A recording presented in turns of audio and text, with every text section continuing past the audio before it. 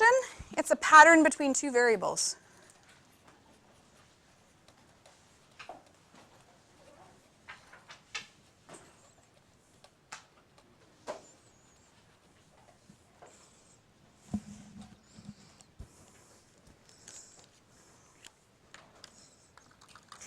And that's really what we're going to do for the next 2.5 years. So the rest of grade 10 and grade 11 and grade 12 is looking at all these different patterns. What do they mean? Why do they look like this? How do we use them? The why is what you're doing in all of your other subjects. So we're just going to look at today is different ways to express a relation. And you've seen most of these before. You probably just didn't know what they were used for. So first way that we can represent a relation is a table of values.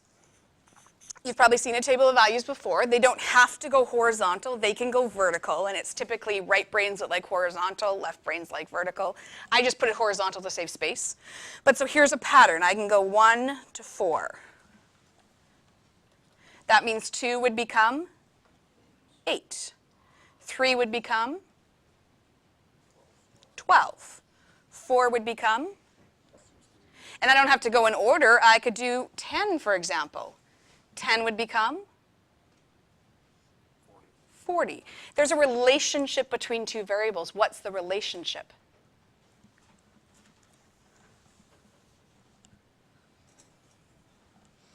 What's the relationship?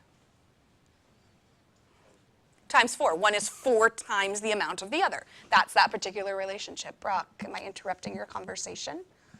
Okay, so twice now you've interrupted me. If it happens a third time, you're going to have to go. A second way we can express a relation is a set of coordinates.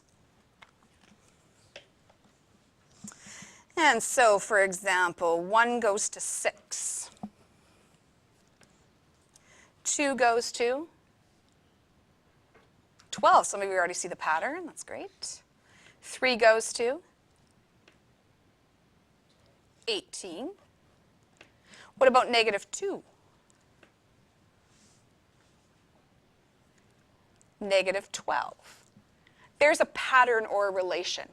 Sometimes what you'll see in textbooks is they'll put these fancy curly brackets around it.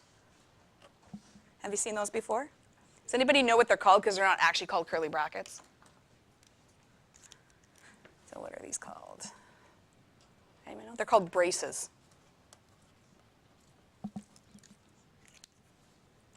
Some people like to think like they're little hugs for the relationship because there's one at the beginning and one at the end. So there's a hug. We can also express a relation as a graph.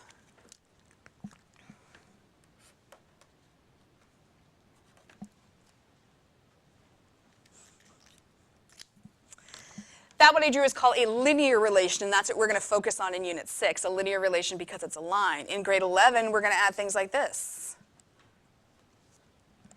That's called a quadratic relationship. In grade 12 in pre-cal, we're going to look at relationships like this. Okay? And that's what we're going to look at is how do variables interact with each other? What does it mean? Can I flip? This one's probably brand new. You've probably never seen diagram before, not a relation diagram.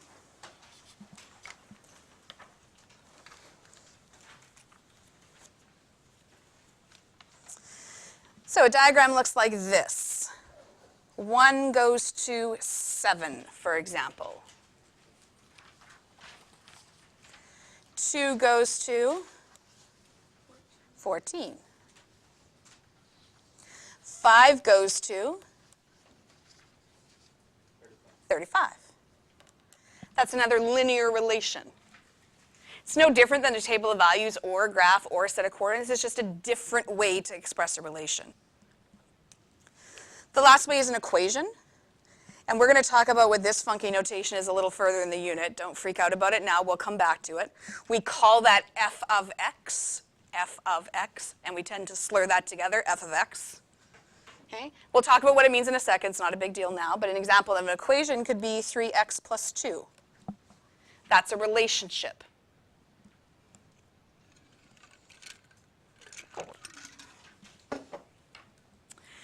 Turn to someone in front, behind, beside you. Tell them the 5 ways to express a relationship mathematically. Turn and talk.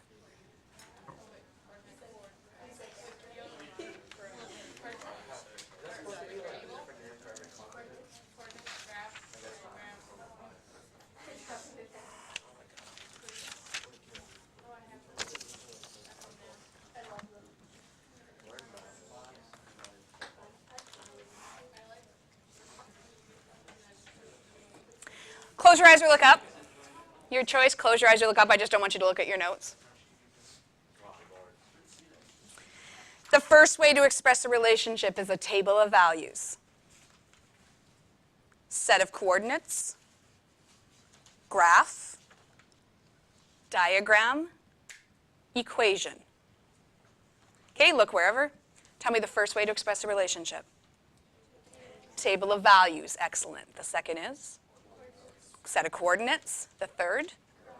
That is one of the three, so I'll take it. Graph. And? Diagram. And equation. Tell me the first way to express a relationship. Table of values. Coordinates. Graph. Diagram. Equation. What kind of learner needs to do that, by the way? That's your auditories need to do that.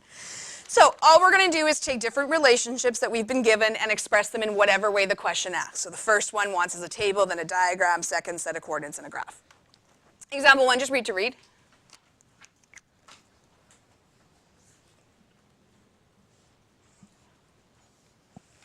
Okay, first sentence, what's important? Relation. Now you need the two things, because what are we relating to? The names, number of letters. Okay, that's what they've told you this relationship is between the name itself and the number of letters. Part A, what's important?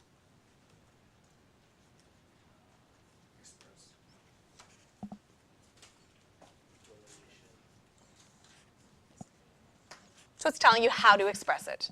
Part B, same, express, relation, diagram. So we're going to express the exact same relationship, just two different ways. Grab your paper if you haven't done that yet.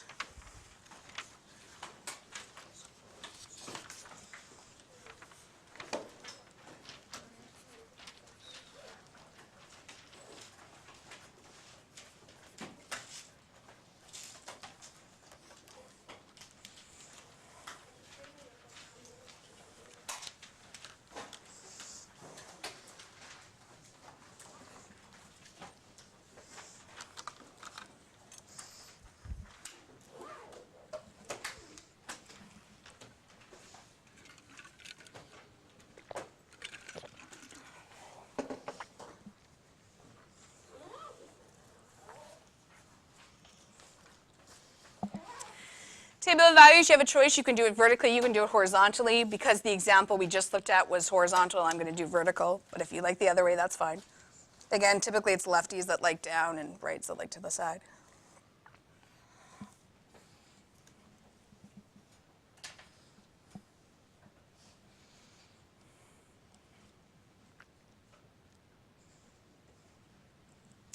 We need headings at the top. What are the two things we're relating?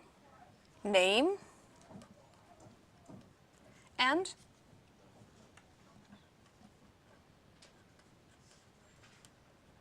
that's not hashtag of letters. What does that symbol mean to math people? Number, very good. First name, Eric. How many letters? Next name?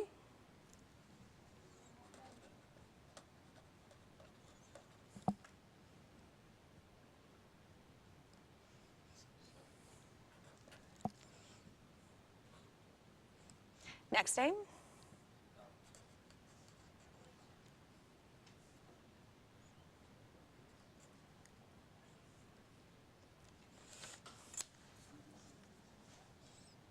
Seriously, it's this easy. Yes, it's this easy.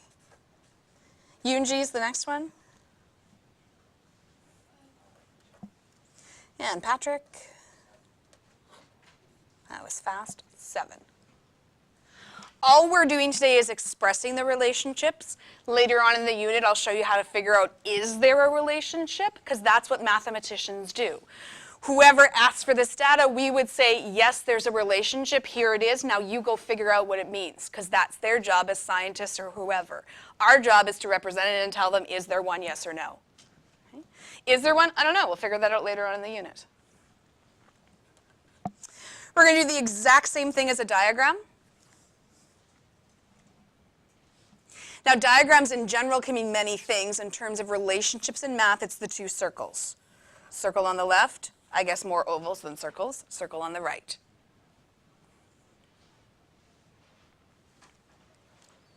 The first circle is going to be the name. Second circle is going to be number of letters.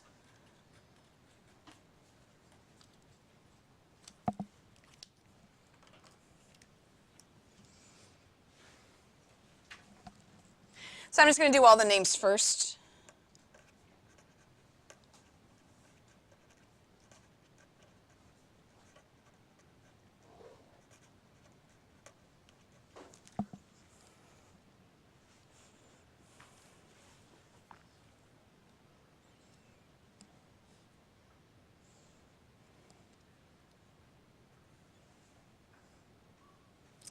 Okay, so Eric goes to 4. So the arrow just means goes to. Miranda goes to 7. Now, I'm not going to put a 4 again because I've already have a 4, so what can I do with Alex? I'm just going to join him up to the 4. So what this is telling me graphically or diagrammically is that, wow, there's 2 people that have 4 letters. So the 2 arrows pointing. Yunji is going to go to 5. What about Patrick? Well, I've already got a 7 there, so I don't want to write 7 again. What am I going to do? Join him up to the 7. So sometimes it's easier to see in this one, wow, 2 or 7, 2 or 4. Sometimes that's not as clear when you have a whole table of values. That's why in certain situations we like diagrams better, because we start to see better relationships. Questions so far? Yes, it's this easy. Number 2, read to read.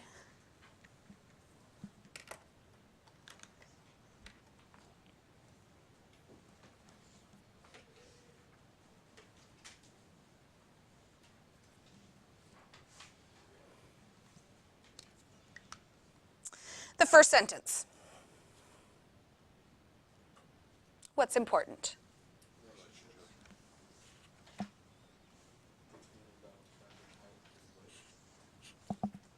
Is there a relationship between their height and weight? We don't know. Now this one has chosen to give it to you as a table. What you're going to do in return is give it back as set of coordinates and a graph.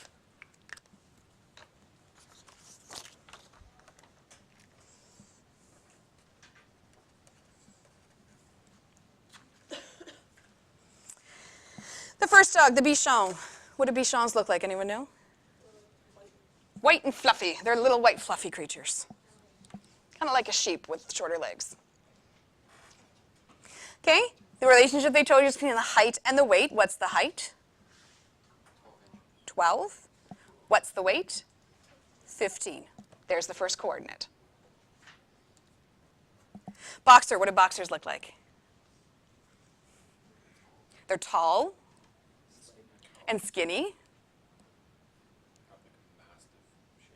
Yeah, they got big heads on them. They usually have what's called a docked tail. Does anyone know what a docked tail is? Yeah, they cut it off when they're born. They actually don't cut it. They put an elastic band and then the tip falls off. So they have little tiny tails. And they're like very like wide through the shoulders. They're very like strong and stands. Their height, 25 and 70. Chihuahua, what do Chihuahuas look like? Little rat things. They're the Taco Bell dogs. They got the ears that stick up. They're usually light in color. They're little. They bark. Yeah, it depends.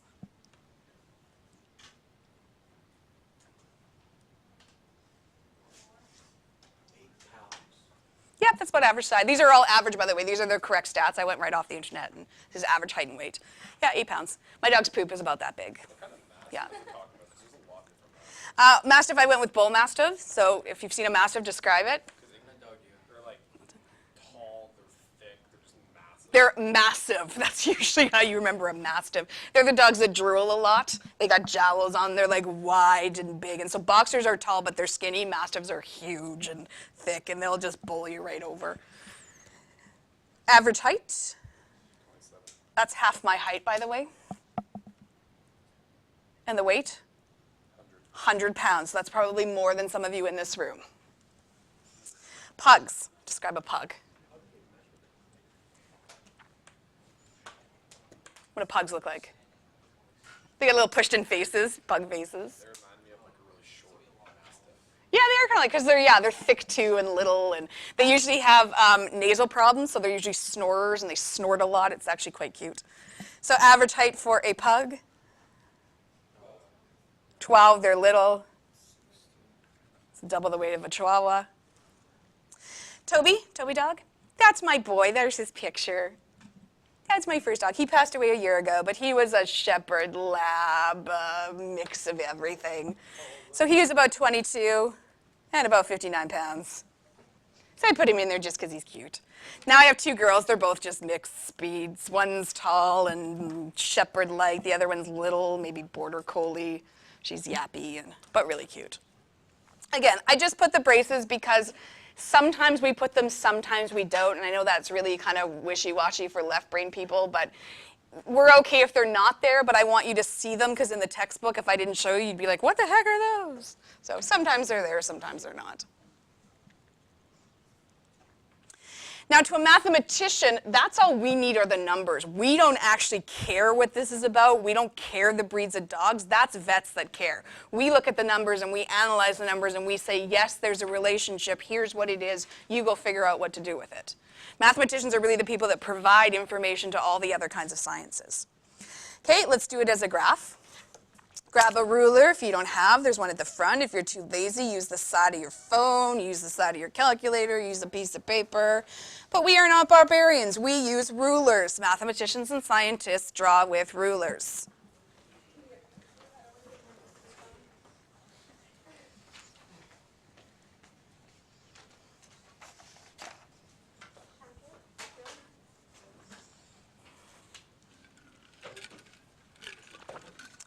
If you end in a test or a quiz with nasty, gnarly lines that you just freehanded, I'm not marking it. Because mathematicians and scientists use rulers. It's what we do. We're nice and neat. Again, there's a box up front. They're always there. What's going to go along the bottom? Yes, and along the sides. And which variable would you like to put along the bottom? Height. Yep. And the units?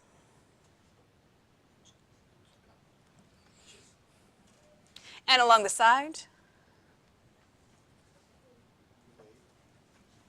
And the units?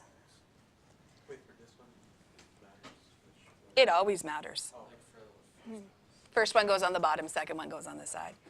Which, okay, I'm not American, but where is the L and B in pound?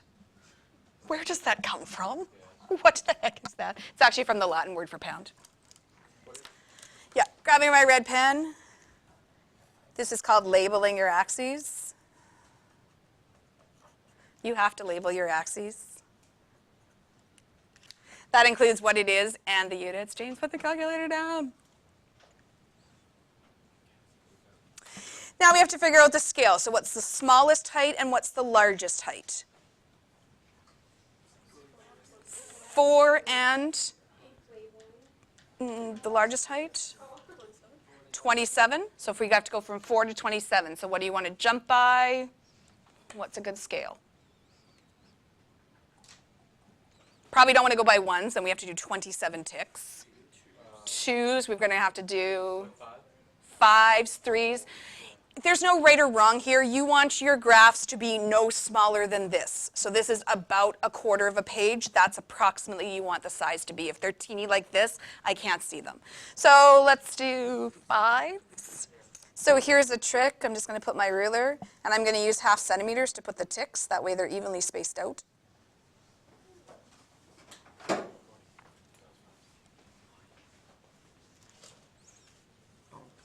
Now, if we jump by fives, we're only going to use the first 6 ticks. Is that about 1/4 of a page?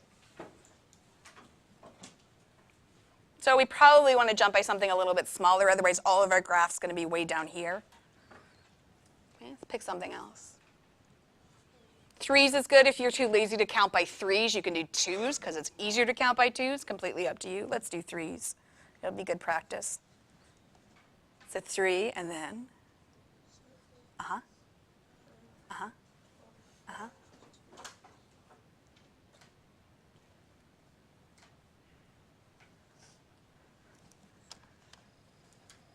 Jumping by 5s would be fine if you space them out a little bit more. Jumping by 2s would be fine. 4s with a bit of space. Why can't we put height as like the y? Because the first column of the table is always the independent variable, and the independent goes along the bottom. That bugs me so much that height isn't.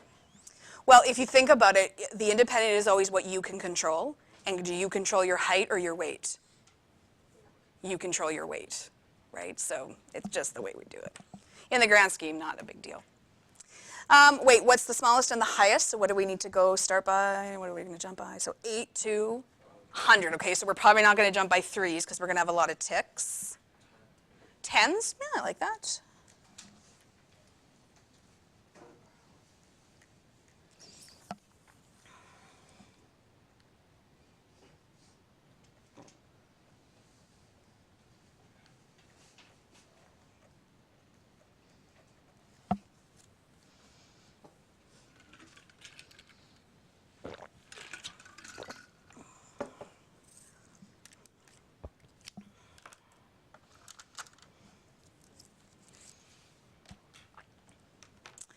Just going to make a note, the numbers is called the scale.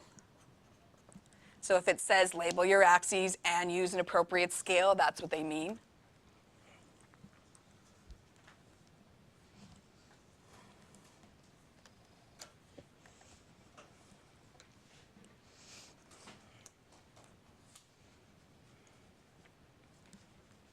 Put it away, Kelson. I don't have mine in my hand. Who's my left brains? Who's my lefties? Nobody? Okay, so left brain people, it bothers us that we don't have grid marks. It just really, really bothers us. So I'm going to show lefties a trick. I just use a ruler. So the first one is 12, so I'm just going to put the ruler down at 12. And then use that to figure out where 15 is going to go. Righties don't care, they just eyeball. Then I'm going to move over to 25. So that's got to be a little bit more than 24. And then I'm going to go up to 70. So I'm just like faking grid marks by using the ruler. 4 and 8, so a little bit more than 3, not quite at 10. 27 and 100, that's got to be the Mastiff. It's the biggest dog out there. Anybody know, largest breed? English Mastiff. Nope, bigger than that, taller than that, I should say. Great Danes are the biggest one. And so I do puppy classes every Thursday with my dogs, and right beside each other last week was a Chihuahua and a Great Dane. It was the funniest thing we'd ever seen. It was literally like it's play toy right next to it. 12 and 16. And so that's going to be close to the other dot. 22 and 59.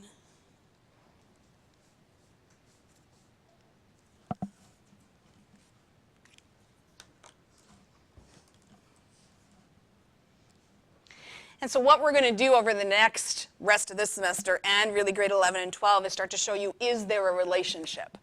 So what we do, and again, this is grade 12 stuff, so you don't need to know that, but we start to look at how are the line, or how are the dots formed, and we would join them kind of in this curvy shape like this, and that's called an exponential function, which is a whole unit in grade 12, and we go, there's an exponential relationship. And then we say to vets, well, go figure out what to do with that.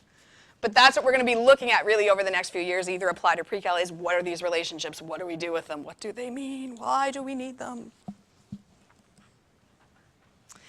Look up or close your eyes, whatever you want. Tell me the first way to express a relationship mathematically.